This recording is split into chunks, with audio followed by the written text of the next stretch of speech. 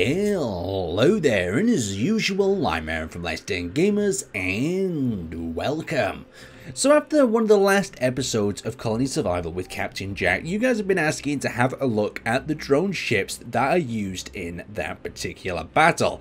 Now, we didn't get to see this particular one fire, but this is the basic model. We actually have the Big Bertha cannon.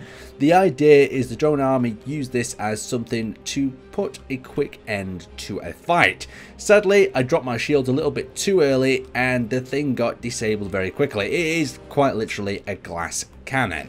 Now, talking about the ship's designs themselves, they have a variety of two types of thrusters. We've got the hydrogen powered pack that is the main concentration that gives them lift on the planet's surface, as you can see, all linked up underneath with a variety of Gatling guns surrounding various different positions.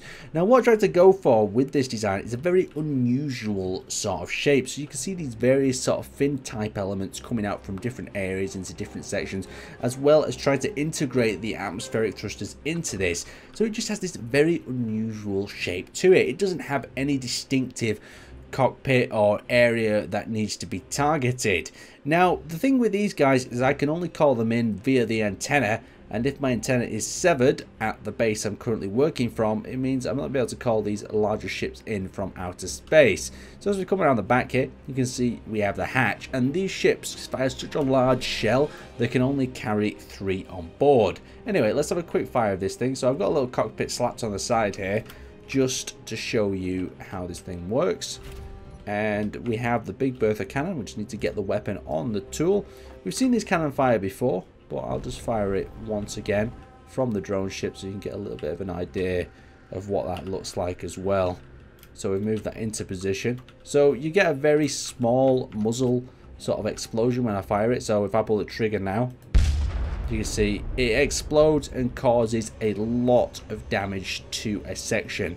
So you can see it's impacted in, caused a lot of damage to this area. It's still really not super effective, and that's why I thought to myself, I need something that is far more effective than one large cannon. Yes, it's an intimidation weapon, it looks scary if you see that big gun come across a horizon, but I want something to wipe ships out extremely quickly. So let's pop rid of that and move over here. Now we're sort of based on the same chassis. I thought what would be quite cool is if the drones produced a number of different ships that use the same sort of chassis, because it'd be easy to produce. The facilities and the factories are already building that sort of chassis of drone. We could just change a few things up. So instead of going with one cannon, I've gone for 12 cannons on each side.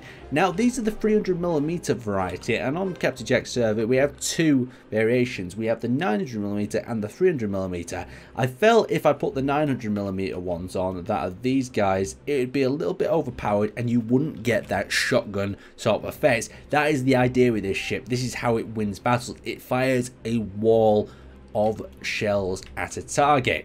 Now if you're not happy with the 24 rounds at the front, we have these down the side.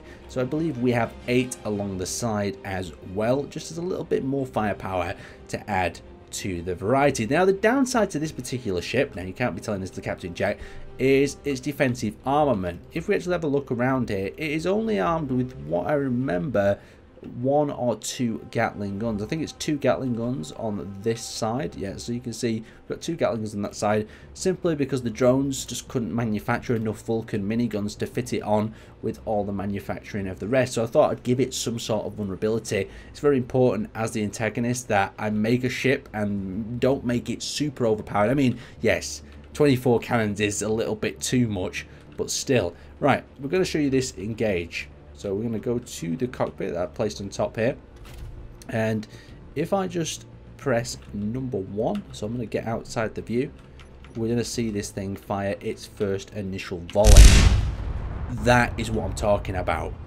The only issue I've noticed with it is sometimes these cannons at the rear here like to impact on the side of these little connectors that are popping out, and it really isn't good for it. But let's unleash a second volley. So this is 24 cannons all at once at the target again.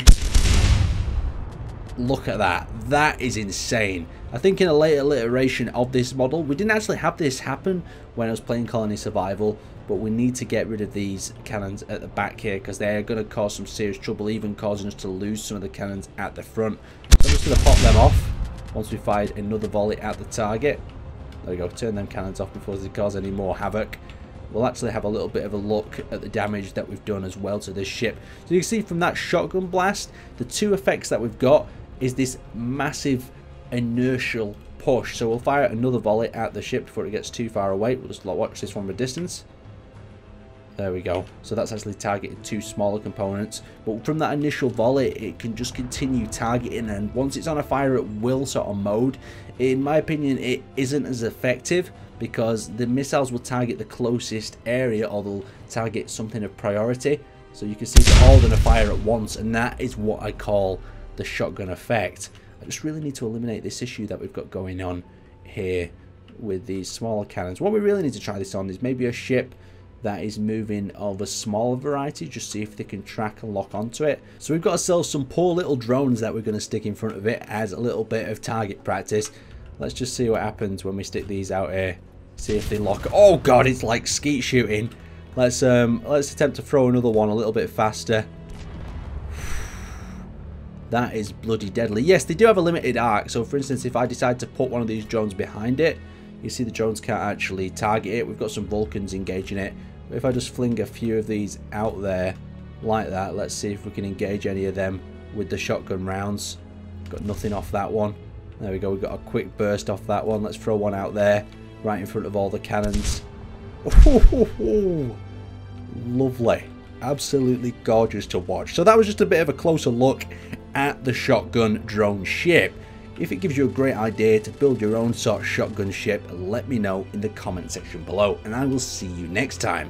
Also, if you've got any cool ideas for other drone ships, let me know in the comment section as well. Thanks for watching, and I will see you